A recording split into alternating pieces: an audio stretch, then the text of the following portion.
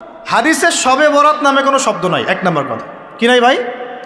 শবে বরাত নামে কোনো শব্দ নেই। আছে লাইলাতুন নিসফুম মিনাশ শাবান, শাবান মাসের মধ্য রজনী। শাবান মাসের মধ্য রজনী। শাবান মাস কি? উত্তর, নবী সাল্লাল্লাহু আলাইহি ওয়াসাল্লাম রমজান মাসের পর যে মাসে রোজা রাখতে বেশি গুরুত্ব দিয়েছেন তার নাম শাবান।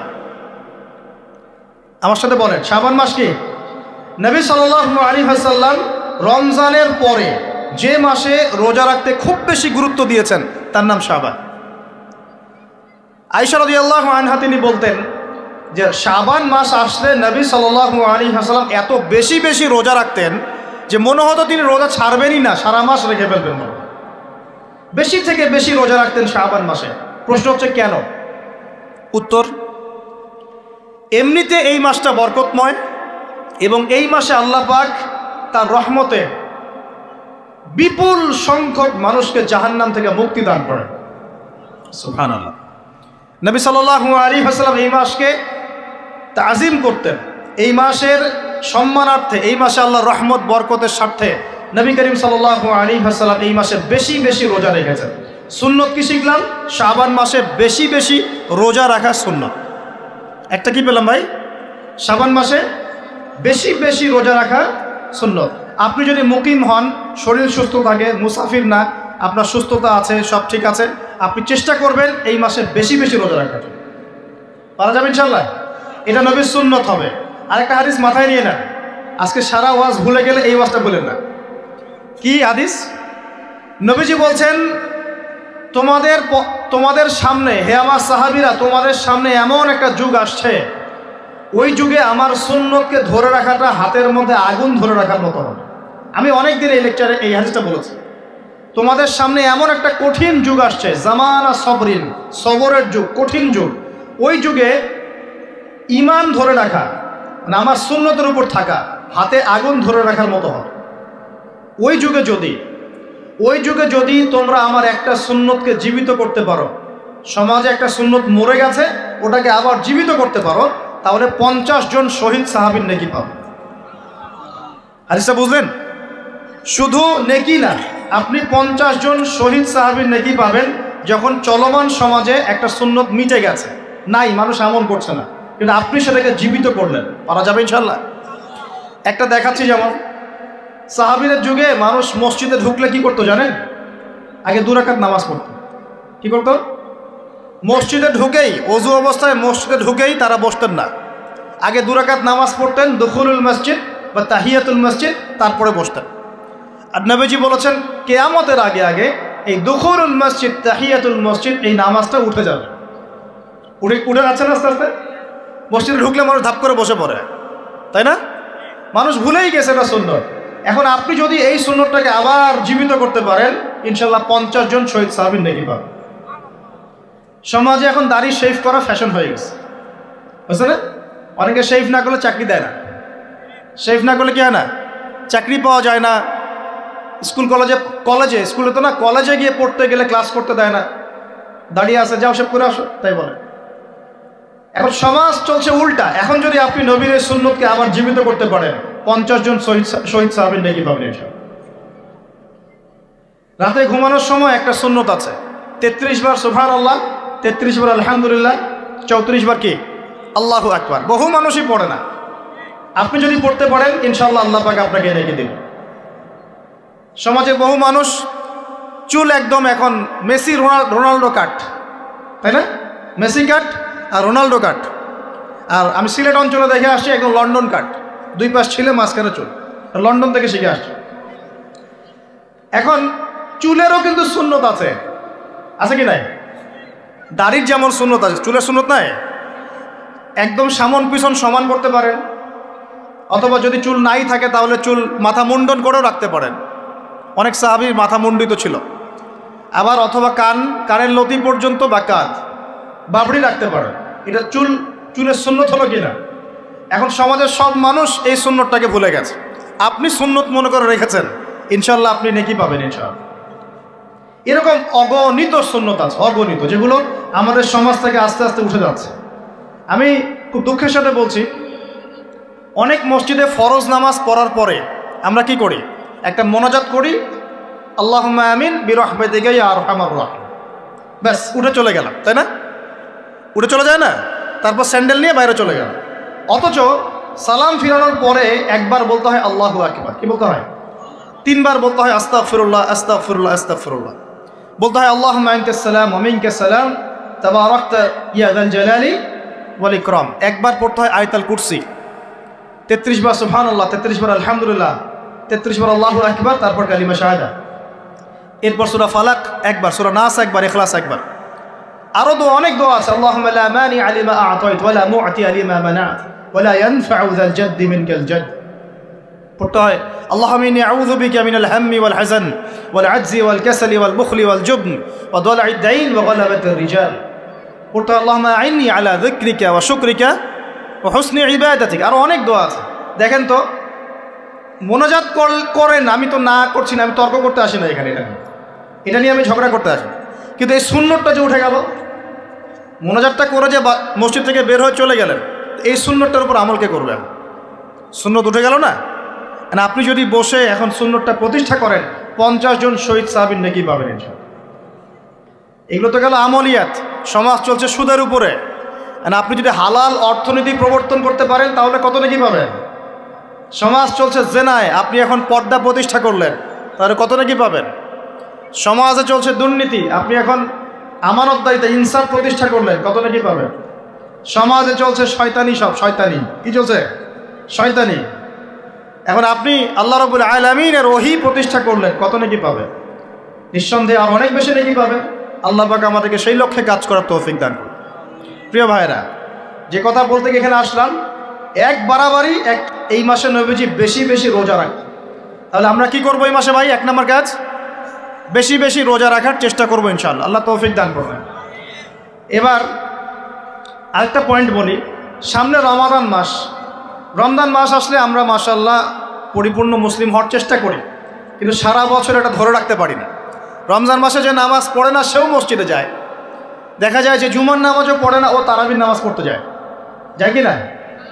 ওই দিন গিয়ে বলে এসি দেন, ইমাম সাহেব এসি অন করেন, তাই না? সারা বছর তো আসে নাই, ওই দিন গিয়ে ইমাম সাহেব এসি বন্ধ কেন, এই মুয়াজ্জিন সাহেব ফ্যান দেন, তখন ওখানে গিয়ে মানে কি বলবো হ্যাঁ মাতব্বরি করে আর কি। যাক, তারপরেও যে মসজিদে আসছে আমরা দোয়া করি আল্লাহ হেদায়েত দান করুন। আমরা তো কাউকে পিছনে ফিরাই দিব না, দিব? এখন রমজান মাস আসলে আমরা মাশাআল্লাহ রোজা রাখি, মানুষকে ইফতার করাই, দান সদকা করি, আমরা যাকাত দেই, তারাবি পড়ি, কোরআন তেলাওয়াত করি, আমরা মাশাআল্লাহ অনেক আমল করি। এই আমলগুলো কি একবারে ধাপাস করে ধরে ফেলা সম্ভব না? একটা আস্তে আস্তে ট্রেনিং প্রসেস লাগে। একটা ফ্যান চালু করলে ফ্যানটা কি শুরুতেই ধাপাস করে ঘুরতে শুরু করবে, নাকি আস্তে স্লোলি সে মোমেন্টাম ধরবে? কোনটা? আস্তে আস্তে সে গতি পাবে না, ধীরে ধীরে গতি পাবে। ঠিক শাবান মাসে এত বেশি রোজা রাখা, ইবাদত করার অর্থ কি? যাতে রমজান মাসে আপনি পরিপূর্ণ ইবাদত করতে পারেন। বুঝতে পারছেন কথা? রমজানে গিয়ে তো শুরুতেই সব ইবাদত ধরে ফেলা সম্ভব হবে না। মনে করেন আগামীকাল পহেলা রমজান, আজকে থেকে আপনি সব ইবাদত একসাথে করতে পারবেন? তখন গিয়ে আপনি বেগ পেতে হবে। কিন্তু একটা মাস আগে থেকে যদি ট্রেনিং নেন, ইনশাআল্লাহ রমজান মাসে ইজি হয়ে যাবে। এটা একটা কারণ নবী সাল্লাল্লাহু আলাইহি ওয়াসাল্লাম শাবান মাসে বেশি বেশি রোজা রাখতেন, আমল করতেন। আল্লাহ পাক আমাদের সবাইকে শাবান মাসে বেশি বেশি আমল করার তৌফিক দান করুন, যাতে রমজান মাসে গিয়ে আমরা সুবিধা পাই, রমজান মাসের হকটা আদায় করতে পারি। এবার এই মাসে নবী সাল্লাল্লাহু আলাইহি ওয়াসাল্লাম কি বলেছেন একটা হাদিস থেকে আগে বুঝি। এই হাদিসটা সহ অনেক হাদিসে এই একই রকম কথা এসেছে এবং এই হাদিসটা বিশুদ্ধ। এটাকে অস্বীকার করলে হাদিস অস্বীকারী হয়ে যাবে। বাড়াবাড়ি গ্রুপ, ছাড়াছাড়ি গ্রুপ, উভয়ের জন্যই নসিহত। নবী সাল্লাল্লাহু আলাইহি ওয়াসাল্লাম বলেছেন, ইন্নাল্লাহ তাআলা, নিশ্চয় আল্লাহ রাব্বুল আলামিন, লা ইয়াত্তালিউ ফি লাইলাতিন নিসফি মিন শাবান, শাবান মাসের মধ্য রজনীতে আল্লাহ রাব্বুল আলামিন তার রহমতের দৃষ্টি প্রশস্ত করেন। সুবহানাল্লাহ। আল্লাহ পাক শবে বরাত মানে আমরা যেটা বুঝি প্রচলিত অর্থে, লাইলাতুন নিসফি মিন শাবান, শাবান মাসের মধ্য রজনী, যে 15 শাবানের এই যে রজনী, এই রাতে আল্লাহ রাব্বুল আলামিন তার সৃষ্টির দিকে তার রহমতের দৃষ্টিটা প্রশস্ত করে দেখেন, প্রশস্ত করেন। এবং ওয়াগফিরু লিজামিই খালকিহি, আল্লাহ পাক তার সমস্ত সৃষ্টিকে মাফ করে দেন। আল্লাহ পাক কি করেন? তার সমস্ত সৃষ্টিকে কি করেন? মাফ করে দেন। কথাটা ভালো করে বোঝেন। আল্লাহ পাক তার সমস্ত সৃষ্টিকে মাফ করে দেন, ইল্লা, তাদেরকে ব্যতীত। এক, ইল্লা লিমুশরিকিন, এক নাম্বার যে ব্যক্তি মুশরিক, যে শিরক করে আল্লাহর সাথে, যে আল্লাহর সাথে শিরক করে। আর দুই, মুশাহিনিন, যে ব্যক্তি অন্তরে মানুষের সাথে বিদ্বেষ পোষণ করে, হিংসা বিদ্বেষ মনে আছে এরকম ব্যক্তি, এবং মনের মধ্যে শিরক আছে, শিরকি আকীদা, মুশরিক, এই দুই শ্রেণীর মানুষ ছাড়া আল্লাহ পাক সমস্ত মানুষকে মাফ করবেন। সুবহানাল্লাহ। তাহলে এই রাতের ফজিলত প্রমাণ হলো কিনা? রাতের ফজিলতটা প্রমাণ হলো কিনা? আচ্ছা, এখন এর ব্যাকআপ আরও অনেকগুলো হাদিস আছে। ওই সবগুলো হাদিসকে একত্রিত করলে এমনই কনক্লুশন আসে। এছাড়াও আরও কিছু দুর্বল হাদিস আছে, এগুলো দুর্বল, সনদগতভাবে অন্যান্যভাবে দুর্বল। ওখানে আরও কিছু পয়েন্ট পাওয়া যায় যে আর কাকে কাকে আল্লাহ পাক মাফ করেন না। সবাইকে তো মাফ করেন, আর কাকে কাকে করেন না। এই হাদিসে দুটো পেয়েছি, এটা একদম অকাট্য। এটা হলো মুশরিক, আল্লাহ পাক মাফ করেন না। দুই, যে অন্তরে হিংসা বিদ্বেষ পোষণ করে, হিংসা বিদ্বেষ আছে, এদেরকে আল্লাহ মাফ করেন না। আরও কিছু দুর্বল বর্ণনা থেকে পাওয়া যায়, এটা দুর্বল বর্ণনা, কিন্তু জেনে রাখতে তো সমস্যা নাই। সমস্যা আছে? আর পাপ তো পাপি, দুর্বল হাদিসে আসুক আর কঠিন হাদিসে আসুক, পাপ তো পাপি নাকি? পাপ ছাড়তে কোনো সমস্যা আছে? তো তৃতীয় এক শ্রেণীর নাম পাওয়া যায়, যারা হচ্ছে আত্মহননকারী, নিজেরা নিজেদেরকে আত্মহত্যা করেছে, এদেরকে আল্লাহ মাফ করেন। আত্মহনন বোঝেন কিনা? আত্মহত্যা যারা করে, আত্মহনন, এটা একটা শ্রেণী পাওয়া যায়। 4 নম্বর একটা পাওয়া যায় আত্মীয়তার সম্পর্ক ছিন্নকারী, আত্মীয়তার সম্পর্ক ছিন্নকারী। 5 নম্বর একটা পাওয়া যায়, সেটা হলো মাদক দ্রব্য সেবনকারী। মাদক দ্রব্য সেবনকারী, যুবকরা খুব ভালো করে শোনো এগুলো।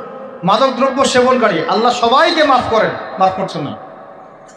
আরেকটা পাওয়া যায়, সেটা হলো যারা জেনার পাপে লিপ্ত আছে। কিসের পাপে ভাই? জেনার পাপ। এরকম আর কিছু ব্যাকআপ পাওয়া যায়, কিন্তু এগুলোর বর্ণনা দুর্বল। বর্ণনা কি? দুর্বল, কিন্তু পাপ তো পাপই নাকি? এই পাপগুলো তো পাপ, এই পাপগুলো করলে কি আল্লাহ খুশি হন? অকাট্য সহি থেকে পাওয়া যায় এই দুইটা, মুশরিক এবং মুশাহিদ, যারা শিরক করে, অন্তরে বিদ্বেষ পোষণ করে, আল্লাহ পাক এদেরকে মাফ করেন। এখন আগে জানি শিরক থেকে কিভাবে বাঁচবো, শিরক কি এবং কেন, তারপরে জানবো হিংসা বিদ্বেষ, তারপরে আমরা যাব এই রাত্রে আমরা কি করতে পারি। মনে রাখবেন, আমল করতে হবে 3টা বিষয় খেয়াল রেখে। কয়টা বিষয় ভাই? আমল করতে হবে 3টা বিষয় খেয়াল রেখে। এক, আমল করতে হবে একমাত্র আল্লাহ পাকের সন্তুষ্টির জন্য। 1 নম্বর কি বলেন? এক আল্লাহর সন্তুষ্টির জন্য, কারো সন্তুষ্টির জন্য না, কারো জন্য না, শুধু কার জন্য? দলিল হচ্ছে ইন্নাস সালাতি ওয়া নুসুকি ওয়া মাহইয়ায়া ওয়া মামাতি লিল্লাহি রাব্বিল আলামিন ফাসাল্লি লিরাব্বিকা ওয়ানহার। 2, আমল হতে হবে একমাত্র নবী সাল্লাল্লাহু আলাইহি ওয়াসাল্লামের সুন্নত মোতাবেক। কার সুন্নত মোতাবেক? নবী এবং সাহাবীদের সুন্নতের সাথে মেলে না, সেই আমল করা যাবে না। নবী এবং সাহাবীদের সুন্নতের সাথে মেলে না, সেই আমল করা যাবে না। 3 নম্বর, আমলটা যত সুন্দরী মনে হোক, আমলটা যত সুন্দরী মনে হোক আর যত মানুষই করুক, যত মজাদার মনে হোক না কেন, নবী করেন নাই, সাহাবীদের থেকে প্রমাণ নাই, আমল করব না। করলে বেদাত হয়ে যাবে। কি হবে? বেদাত হয়ে যাবে। আর 3 নম্বর হচ্ছে, আমলগুলো করার আগে অবশ্যই আপনার রিজিকটাকে হালাল করতে হবে। কি করতে ভাই? ব্যাস, এই 3টা শর্ত পূরণ করে আমল করলে ইনশাআল্লাহ তাআলা আমরা জান্নাতে যাবো। ইনশাআল্লাহ আমরা আশাবাদী, আল্লাহ পাক আমাদেরকে জান্নাত দিবেন ইনশাআল্লাহ। আল্লাহ পাক এক রাতে রহম করে সমস্ত মাখলুক সৃষ্টিকে মাফ করে দিচ্ছেন, শুধু শিরক এবং হিংসার বিদ্বেষ পোষণকারীকে মাফ করছেন না। বুঝতে হবে এই পাপ দুটো কত কঠিন। এবার আসেন, প্রথমে একটু শিরক নিয়ে কথা বলি, তারপরে মুশাহিন নিয়ে কথা বলি। ধৈর্য ধরবেন তো নাকি? দেরি হচ্ছে? সবর করেন। এখন প্রথমে জানি শিরক কি এবং কেন। শিরক হচ্ছে এমন একটা পাপ, যেই পাপ আমল নামায় থাকলে পরে বিনা তওবায় যদি সেই ব্যক্তি মারা যায়, আল্লাহ পাক তাকে মাফ করবেন না। ভালো করে শোনেন, শিরক এমন একটা পাপ, যে পাপ যদি আমল নামায় থেকে যায়, বিনা তওবায় সে মারা যায়, শিরকের পাপ নিয়ে আল্লাহর সামনে দাঁড়ায়, আল্লাহ তাকে মাফ করবেন না। দলিল সূরা নিসা, আল্লাহ পাক বলছেন, ইন্নাল্লাহা লা ইয়াগফিরু আন ইউশরাকা বিহি ওয়া ইয়াগফিরু মা দুনা যালিকা লিমান ইয়াশা। আল্লাহ পাক তার সাথে শিরকের গুনাহ মাফ করবেন না, এছাড়া যে কোনো গুনাহ যাকে ইচ্ছা মাফ করবেন। বুঝাচ্ছি, মনে করেন একজন ব্যক্তি জেনা করেছে, কথার কথা নাউজুবিল্লাহ, একজন ব্যক্তি জেনা করেছে বা মিথ্যা কথা বলেছে বা ধরেন মদ খেয়েছে ইত্যাদি। এখন সে তওবা করলে তো মাফ পেতই, তওবা করলে মাফ হতো না? তওবা করলে মাফ তো পেতই। মনে করেন তওবা না করেই মারা গেছে, আল্লাহ পাক চাইলে কিয়ামতের মাঠে এই পাপও বিনা তওবাতেই মাফ করতে পারে। কথা বুঝতে পারছেন? বুঝতে পারছেন না মনে হয়। মনে করেন একজন ব্যক্তি মদ খেয়েছে, জেনা করেছে ইত্যাদি, সে তওবা করার ফুরসত পায় নাই, বিনা তওবায় মারা গেছে। আল্লাহ পাক চাইলে কিয়ামতের মাঠে তওবা না করা সত্ত্বেও আল্লাহ পাক তাকে মাফ করতে পারে। কিন্তু একজন ব্যক্তি শিরকের পাপ করেছে, তওবা না করে মারা গেছে, আল্লাহ পাক কিয়ামতের মাঠে শিরকের পাপ মাফ করবে। আমি কি বুঝতে পারছি? অন্য পাপের কারণে আল্লাহ রাব্বুল আলামিন শাস্তি দিয়েও হোক, কোনো একটা ভাবে হোক, নবীর সুপারিশের মাধ্যমে হোক, তাকে জাহান্নামে গেলেও সেখান থেকে বের করে জান্নাতে দিবেন ইনশাআল্লাহ। কিন্তু শিরকের পাপ যার আমলনামায় থাকবে তার উপর জান্নাতকে হারাম করে দেওয়া হয়েছে। বলেন নাউজুবিল্লাহ।